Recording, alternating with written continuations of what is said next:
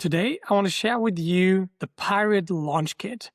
This is my way of saving up to 80% of the time I need every time I set up a new Agentic SaaS app.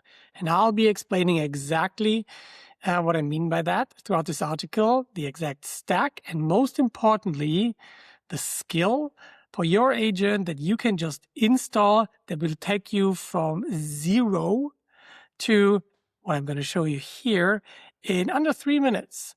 Look over here. I ask it to create the first stage of building that SaaS, and that means like building a website, having this agentic interface built on the Vercel AI SDK. And in this case, it asked me, hey, what do I want to build? I said like a meal planner. This is not the full app. This is just to give this a bit of a focus. So I can say I want to have a pizza fungi, and it will help me with the meal prepping.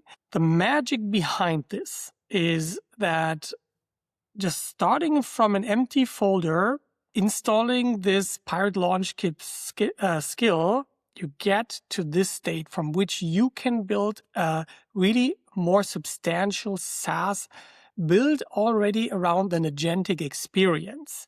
And let me show you the other side of this. This is VS Code. This folder was empty, and I just gave it this SaaS, and it grinded everything up to deploying this on Vercel, putting a password in front of it so not everyone can just use your AI tokens, and handing you the link that you can test this. This is the starting point from which you can start playing and seeing what is working for you, what is not working for you, and then you can go into the next phase, and it helps you build all of the scaffolding like authentication, database, payment provider, etc.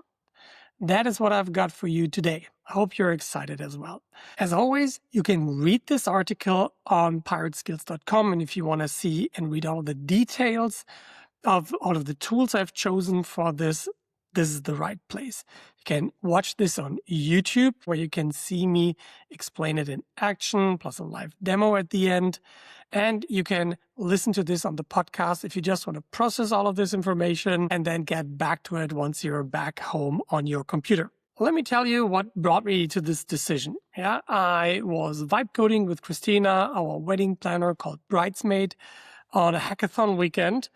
And I noticed while she could spend most of her time on the design and the real substantial elements of how the agent is going to react and help brides plan, I was busy setting up scaffolding, GitHub, Vercel, database, AI pipeline, chat, all this stuff that, while being important when building a serious web app, it's just scaffolding. By scaffolding, developers mean everything that is like around the core that you can pretty much set up in the beginning maybe, or once you start taking the project seriously, but that is not at the core of the user experience, but everything around that. And that always takes 80% of the time.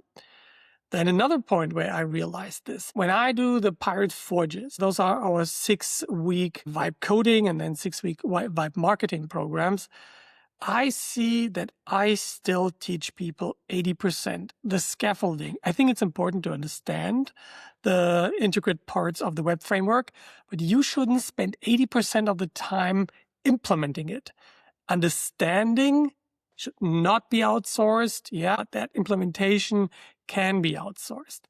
So I wanted to have something better that is easier, because frankly, we have inherited like 50 years of developers building on top of each other, building this wonderful architecture for themselves that is a lot to take in.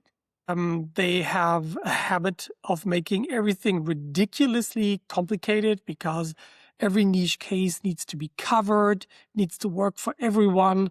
And with that comes a lot of baggage, and technical jargon that we didn't sign up for as non-technical founders. And as I said, it's important to understand the basics, but the stuff we have to go through, even though vibe coding is a thing, at some point, you ask yourself, what the happened here? Yeah. So this is what I wanted to help us abstract away a little bit. And the other aspect I wanted to solve is that I saw SaaS changing. Many have declared the death of SaaS. I absolutely do not believe it. I just think it changed. And I think I found the perfect example to illustrate that. The old school software was present us with a workspace, with some tools, and we can do things. Think PowerPoint. PowerPoint, we had to install on our computer, and then we got like the images and text elements we could put into a chart and then have a slide deck that looks better or worse, depending on our skills. But we had one file. Google Slides finally took this to the cloud. We could collaborate. We didn't have files anymore, but it was still giving us just the tools. And then tools like Gamma showed up. And Gamma is a tool that you just provide with the content you want to have on your slide in text format. You could, for example, ask ChatGPT to take a previous, paper you have written, structure it into a slide deck, and then just copy paste that text into Gamma. And Gamma would actually build this slide deck for you. But the main interaction is through the agent, where you essentially tell it what changes you want, including the very initial prompt that creates like 80% of the presentation. But then you have to put in 10-20% of polishing to get it to the state where you want it. But this is a big shift from actually getting the tools so that the human can do it to getting the work done for us as humans by an agent, with us being the initiator and the final approval and feedback step. This was taken even one step further when Claude Design showed up, and I could simply hand it my website. It would create a complete design kit and style guide based on my website. And then I asked it to do a presentation, and I could literally see like Claude Code working it in a chat, creating those very dynamic presentations. That is, again, one step further, showing me one thing. We're moving from SaaS that provides us tool to Agentic SaaS that gets work done for us. Yeah, and that is the change that I believe in.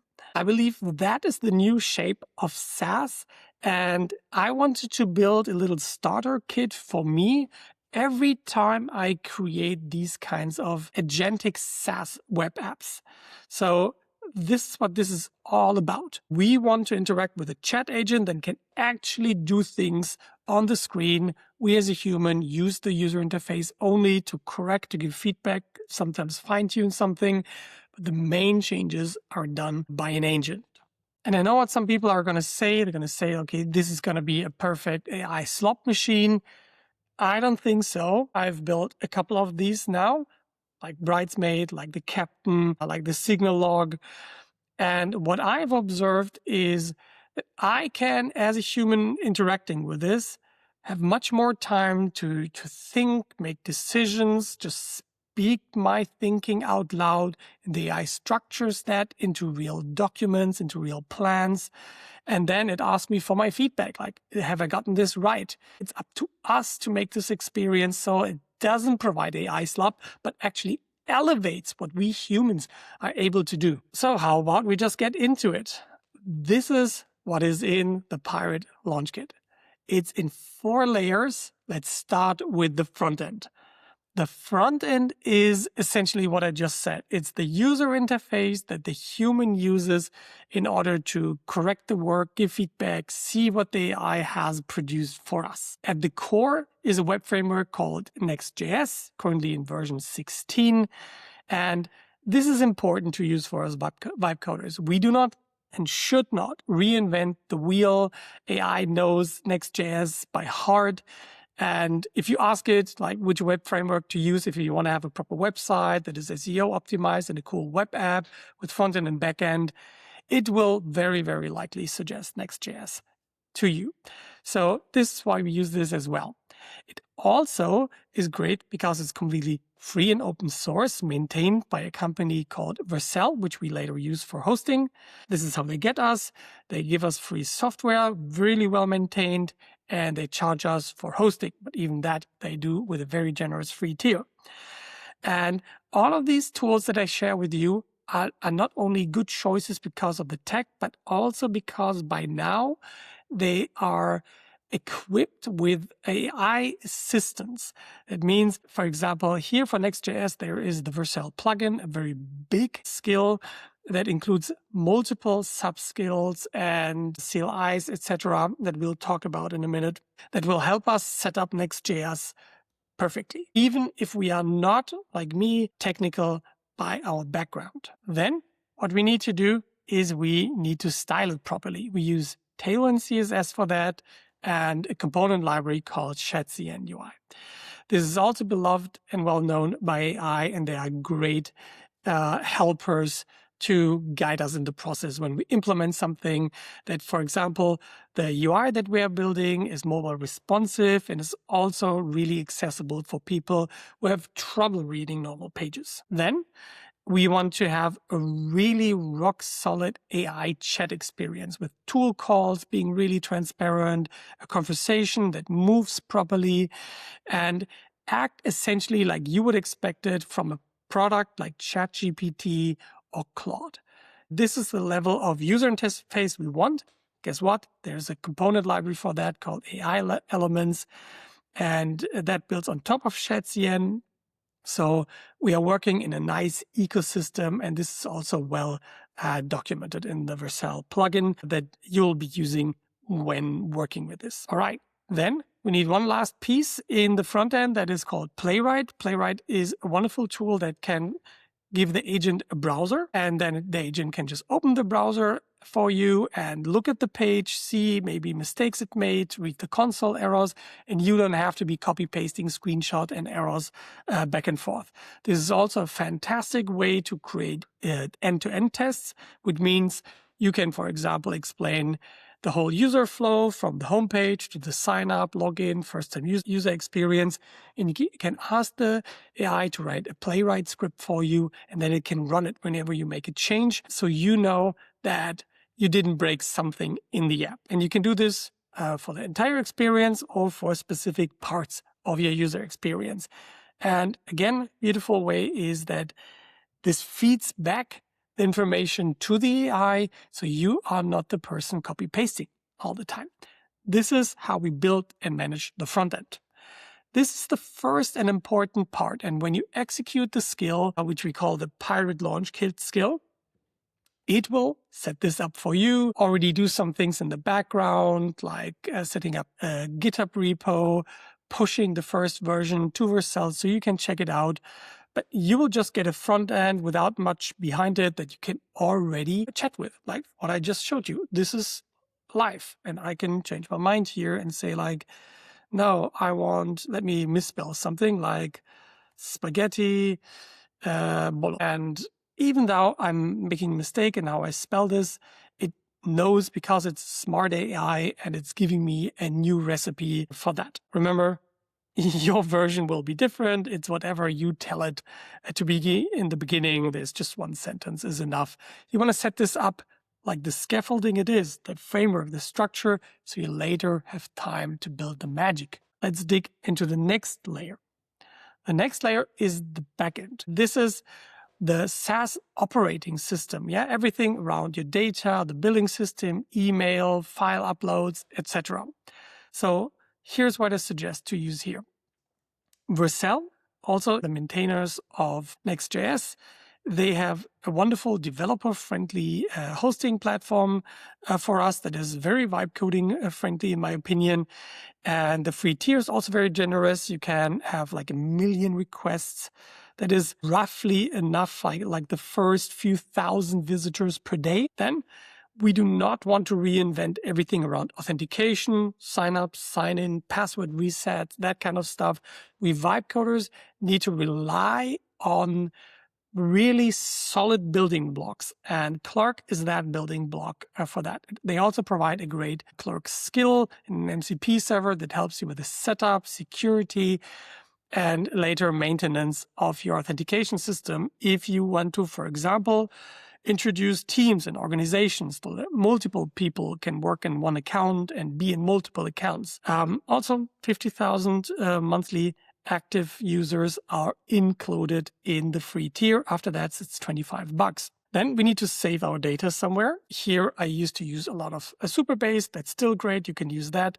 But now my recommendation is Neon and Drizzle. Neon allows you to create just as well a Postgres database like Superbase, but it allows you to have 100 free tier projects that people like us who try a lot of things, it's just a better pricing model for us. And Drizzle is essentially just a way for you to codify how is your database structured. So if you ever want to move it somewhere else, you have an easy way, and it's really a safe way, to create your database and make changes on them. And there are, again, some wonderful Neon AI rules for that you can put into your Claude Code or Cursor, whatever you're using for it to have a very sophisticated setup here. There's compute already included, some storage, and after that, it's not even a base price, but a pay-as-you-go model with very, very cheap pricing. All right, then we want payment. For payment, I love to use Stripe. I don't want to save any credit card information from my customers. That is just a security incident waiting to happen, and Stripe is the de facto standard in the industry. They have a wonderful MCP server that helps me set up products in Stripe, manage them, get invoices, etc. And it helps me also with the setup, the infrastructure, and making sure that people who are subscribed have access, and people who have not subscribed or lost it through canceling or not paying, that they are prevented from using my product. Very important to me. This is all based on a percentage. It's usually like around 3%. Local payments are usually around 1.5%. And so you only pay when you also earn money. I think that's a quite fair deal. Then we need emails. When a user joins us, we want to send a welcome email, for example. We want to set password reset emails or newsletters, and I love to use Resend for that. I love to vibe code my emails now. They are much more consistently designed, look better, have deeper, more dynamic content, and also they provide a wonderful skill and a CLI that the agent can use to do all kinds of setups for you, so you don't have to click around in dashboards. So 3,000 emails per month are for free. From then it's $20 for the next 50,000. The newsletter is on a separate price tier if you want to add that later. Then the last thing I need is some type of product intelligence software. I used to use a whole stack with Google Analytics, certain pixels and A/B testing tools, etc. Now this is all combined into one wonderful product called PostHog that has an MCP server that creates dashboards for us in there. It has a wonderful skill that explains to the agent how to implement events, set up A/B tests for you, and feature flags. And it has 1 million free events. That is like 1 million page views or actions people take on your page included in the free tier. And also fancy stuff like session recording, 5,000 a month for free. This is a super generous product, and it has been for a very long time. All right. This is our backend. This is what makes a SaaS a SaaS. And now we need this agentic magic I've been talking about, and this is layer 3, the agentic layer. This is where the product just stops being just a dashboard people click into like a Google Slides, but actually the more Gamma or Claude Design style product where user interacts with the chat and the chat does things on behalf of the user. This is something that is beyond my vibe coding skills and probably beyond yours and beyond the coding models at the current state of the art, to be frank. And it's much better to, again, rely on building blocks that have established this and made rock solid framework choices. So since we're already in the Vercel ecosystem. There's a wonderful product called Vercel AI SDK. It's a free open source project that is the central framework for working with AI models in your web application. It works with Next.js and other frameworks, and it's like at the heart of things. Then they have the AI gateway, which interfaces with AI SDK and gives them access to hundreds of models that fit your budget and the intelligence you need. It also puts everything on one bill with Vercel. And if you sign up through the Vercel marketplace for products like Neon, then all of the billing is consolidated within Vercel, making our life on the back end of the business a lot easier. You get like $5 for free, and then you just pay as you go, depending on how much you use the model. And Vercel doesn't charge anything on top of the normal API prices. Then let's say you want to have an agent that has long running or parallel tasks. A little cooking example that I showed doesn't have that requirement. But what if you want the AI to regularly review your health data and make every Monday like a personalized meal plan on a schedule? And this maybe takes a while, and you want to create images or even a video that takes minutes to be created.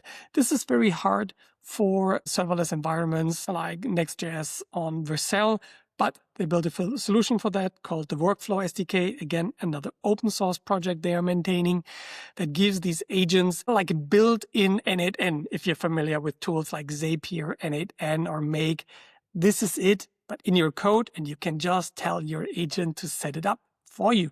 Because again, they are wonderful skills that are describing how these workflows are meant to be applied. And then this is the last optional magic piece you can use. Imagine you want your agent not just to work in your web app, but in WhatsApp, in Telegram, in Slack, in Discord. Then there is the Chat SDK, which you can use to add adapters to your agent so they can work for your customer anywhere. For example, we have the vision for Bridesmaid that brides can just as well talk about their wedding with the agent on WhatsApp as when they're at home at their computer with a big screen. But maybe they have an idea when they are shopping around and they take an image, send that to WhatsApp, and the agent can already process that into their wedding plan. This is truly magical, and I believe this also opens up so many meaningful understanding moments for product owners and product managers who often get told by developers, we can't do this now, this is complicated, this would be a huge change to the product. This sets this up in 3 minutes, and you get a basic understanding. Of course, then it takes as long as it takes for it to build a full agentic tool-driven experience that you want. But it's still just from your natural language into code, managed by skills that know how to do the details by a smart model like Claude Opus on your side. This is the third layer. Then for us vibe coders, we want to have like a little builder layer on top. We need to choose an AI coding assistant.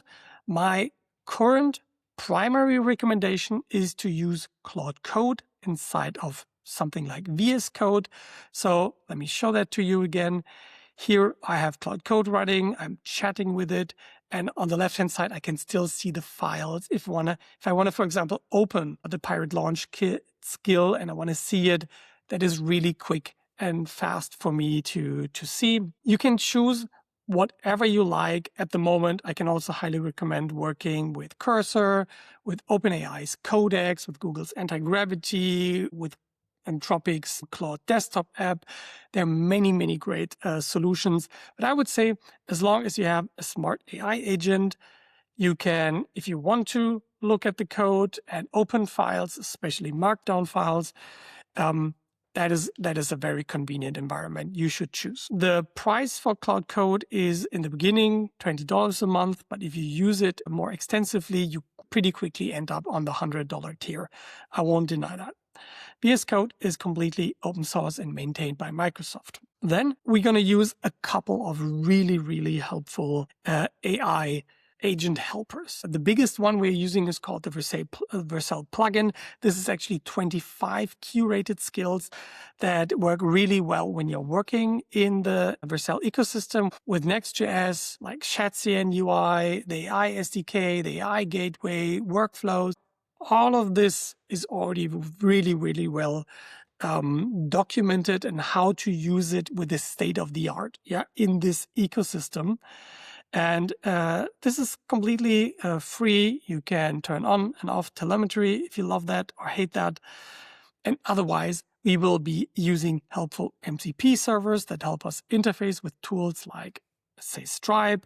We use these skills, sometimes included already in the Vercel plugin, sometimes separate, and CLIs, for example, for Resend when we don't want to click around in dashboards, and we would love the AI to do this kind of work for us. This is essentially the 4 layers. We got the front end, the back end, the agentic part, and the builder part. Now, let me show you how you can scaffold your app in minutes. So you are not wasting, like me, 80% of the whole hackathon weekend, or when you finally have some free time with just building the scaffolding, and you can focus really on the core. So once you install the skill, and this is done by 2 ways, you go into a folder in which you want to have your app. They can use either terminal, or you can just copy paste these prompts to the agent I provided here for you, and it will download this skill from the website. It looks something like this here. It has this skill MD with the description, what to do, and references for each step. Onboarding the user properly, building the front end, start with that. And then later, if you want to have something more substantial, build up the whole backend, set up the accounts necessary. But this front end part just requires you to have a GitHub account and something on Vercel. This is the foundation. And then you can make it production ready over time. And these are the files that are being installed into this folder from my website. I'll open source it once I got some feedback from you guys, and we know it's working rock solid for all of us. So what it does, initially asks you, hey, can you please rate your own technical knowledge on a scale from 0, like I've never done any coding, to 10, I code professionally. And you can, for example, I tell it, I'm a 7. I studied psychology, but I've been messing with vibe coding long enough to understand a lot of things, but I'm not a professional coder, so I'm a 7. And this will just give it some idea of how to talk to you and how much to guide you through the process and how much like code speak it can throw at you versus like explaining the behind the scenes in plain English. So then it builds the foundation for you. It checks out the folder that you're in, and it creates an installation of Next.js. You can see this here on the left-hand side. If we close it, you have the typical folders like you see in a Next.js application. A source folder, the app, this is your homepage. This is the layout of the homepage. This is your styling. You know this if you have messed around with Next.js before. There's a documentation folder in which it maintains a checklist of what it has already implemented for the whole scaffolding, so you can stop at some point and continue later. It will always reference that. And then it'll throw up a landing page, as I showed to you with this chat, just with password protection so that not just anyone can use it in case you push it to Vercel, which it will do for you. And it gives you the password and the link, and then you can start messing with this. It's really fun to see. And we will do that in a second, but I just want to explain it. Once you're happy with this and you start, you're ready for phase 2. It will help you set up authentication for you, a database, Stripe payment, emails, etc. And you can steer it a little bit and get as much and as little of this package as you like. In the meantime, when it needs your help, like setting up a Stripe account, it will need your help with that. It will sometimes ask you to get an API key. If you don't know where to get it, you can ask it to guide you there. It will ask you to sometimes provide credentials for you or to log into a service. And you're essentially giving it the arms and legs so it can act for you. It's a lot of responsibility and a lot of power, but therefore a lot of convenience as well. And this is what the Pirate Launch Kit is essentially about. It is there so that you can focus only on what you can do and that the AI can do a lot of the scaffolding for you. Until this is live, it will still take a while, especially if you have been doing this the first time. But I've run through this now a couple of times and it's how fast this is going. Let me just demo this to you. All right, this is VS Code. The first thing you want to do is just open a new folder, a place where you want to work in. Just download VS Code to you, look for like a folder where you can safely store something in, and let's call this test 4. You just open this folder, everything is blank. You just have this file here, this folder, but it's completely empty. The next thing you want to do is, if you're in VS Code, you want to install a plugin called Claude Code for VS Code. And this plugin you install, then it asks you to usually sign in with your Claude Code credentials. There are alternatives like for Codex and the other ones that you want to use. But there will be a little pop-up here. And this little button opens Claude Code in VS Code. We now got Claude Code running for us. And it's working in the folder that we were talking about. This is still the folder. Now see what happens. We don't need this chat on the right-hand side, so let's get rid of it. Now we copy-paste the prompt from this install kit. Let's take the first prompt and put it in here, and let's get it going. All right. Now this prompt is analyzing what to do. It's looking at the folder it's in. It's downloading the skill from the web and putting it into a Claude folder. If you're using another agent, they usually pick up the Claude folder. Otherwise, you can tell it to use your specific agent type to install skills. So it's asking me a couple of questions now. I tried to run the installation, but I was blocked. Now I need to approve it. I can change my permissions here. You can ask it to bypass permission or edit automatically. And then say like, I approve. It's a little bit different every time. And you often have to allow it to do actions like that. Like downloading something from an external website where the code could change is a suspicious act by its nature. But I hope you trust me that I don't put shit into the skill. But you should always be wary of that. Now it already says it needs to start a new session because skills are only available like after a session has restarted. So you can see if I try to access the session by looking for it /pirate, nothing in there. So it asks us to start a new conversation. So let's start a new conversation by /new or just clicking on this plus button here. And now if I go to /pirate, there is the Pirate Launch Kit. So let's stick to the plan here and do the second prompt. The second prompt is essentially kicking off that skill. Now it's literally like starting this process, and we want to give it a lot of freedom to act.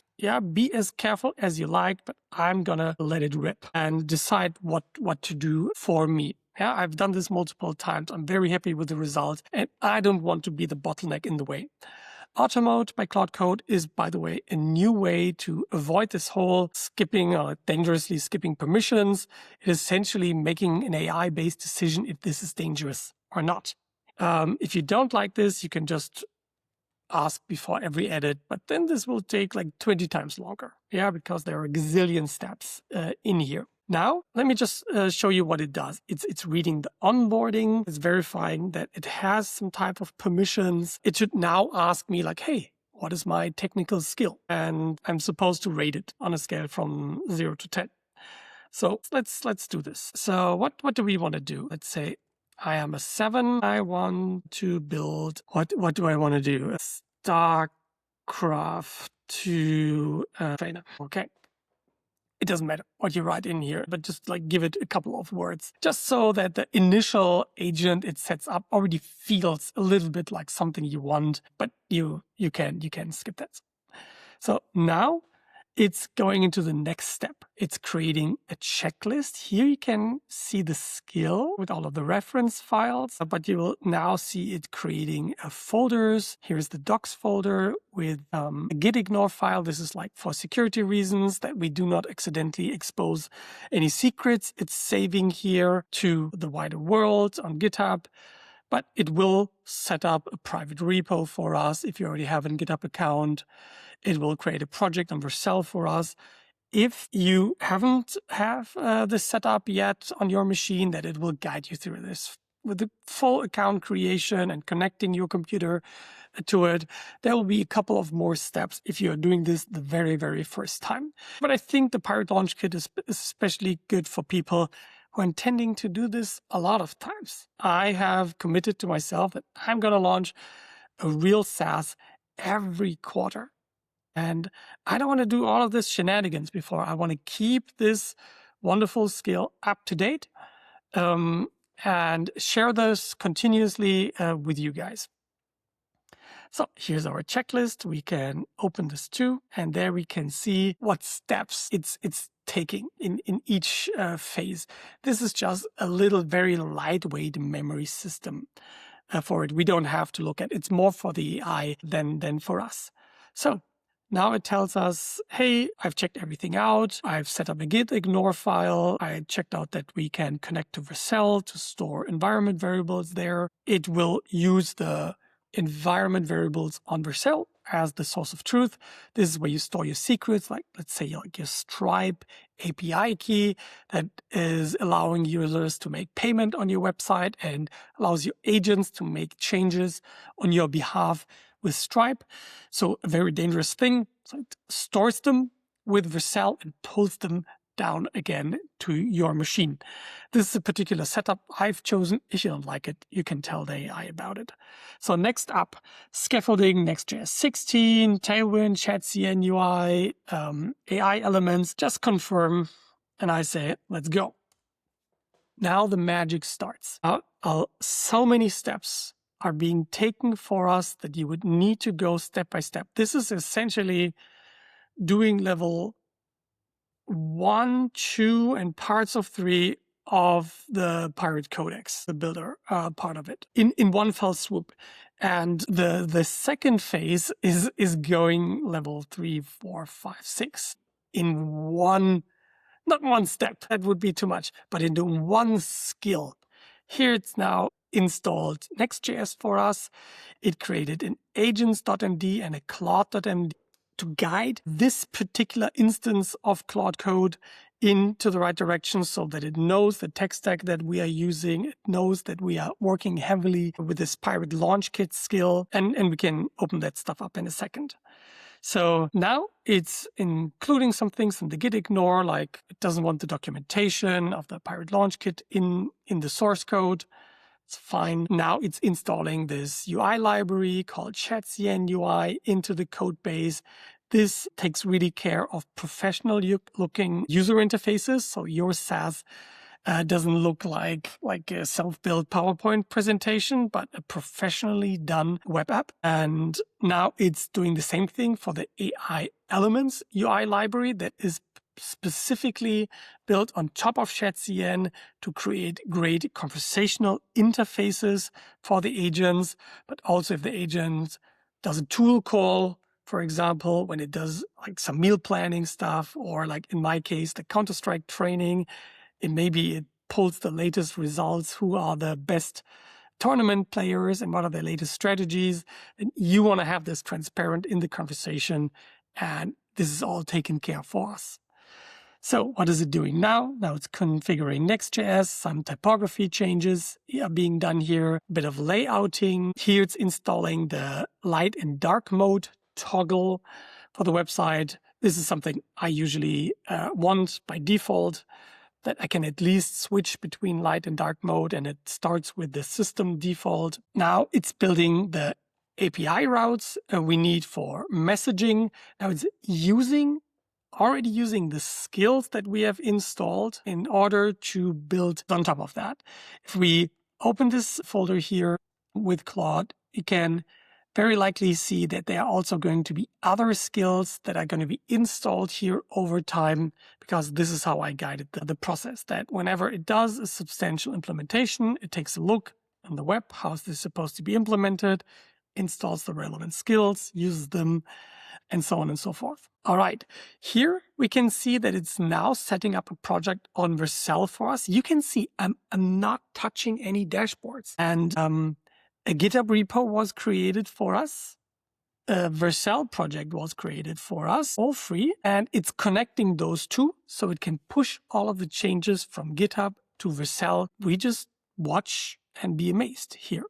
It's creating a password. This is randomized every time. We later need to use to access the page, because when it is published on Vercel, the URL could potentially leak, or you share it accidentally with somebody, and then people could use your AI credits. We don't want that. This is amazingly fast. What is happening here? This alone, I would have said 2 hours so far.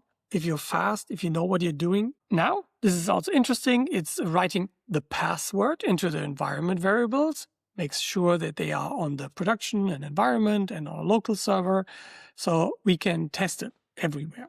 It now pushed to the GitHub repo. That it just created this GitHub repo for us is so fascinating to me. Let me just open it.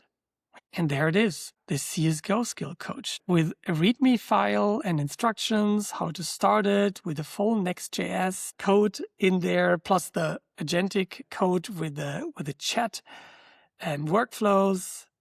That's so fascinating to me. Now it's pushing it to production on Vercel. So this is already the app URL we can use. Let's open that one as well. Now this asks us for a password. Again, just a very simple little protection so people don't go crazy on your API key. This will be very quickly replaced through proper Clerk and Stripe access management. So now what is the password? Yeah, it's writing us some documentation. It's updating its own checklist. The password, you can usually, it will tell you after a while. But if you're impatient like me, you can look here into env.local, but here it is already. Let's this one and try it out. Put it in here. And now this is my StarCraft 2 trainer. Let me zoom in a little bit. How about builds? I need a solid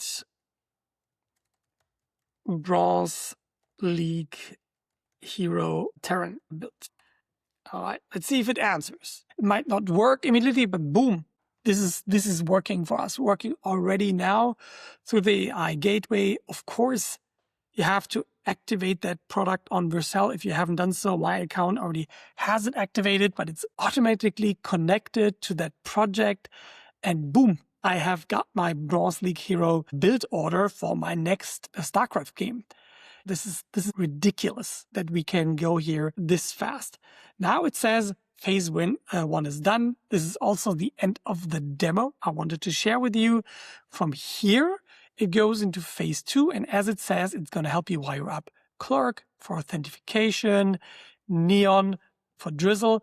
And it will do that through the Vercel marketplace, where you sometimes need to accept some terms of services, but where a lot of things are done through you, for you through the Vercel CLI. And it feels really, really magical. Give it a shot and give the AI a hand where it needs and let it build the scaffolding for you. Let's go back to the article. All right, here we are again. We installed it. We played with it. You can build this initial scaffolding in phase 1 in minutes, as you saw. And then you can spend the weekend building what only you can build.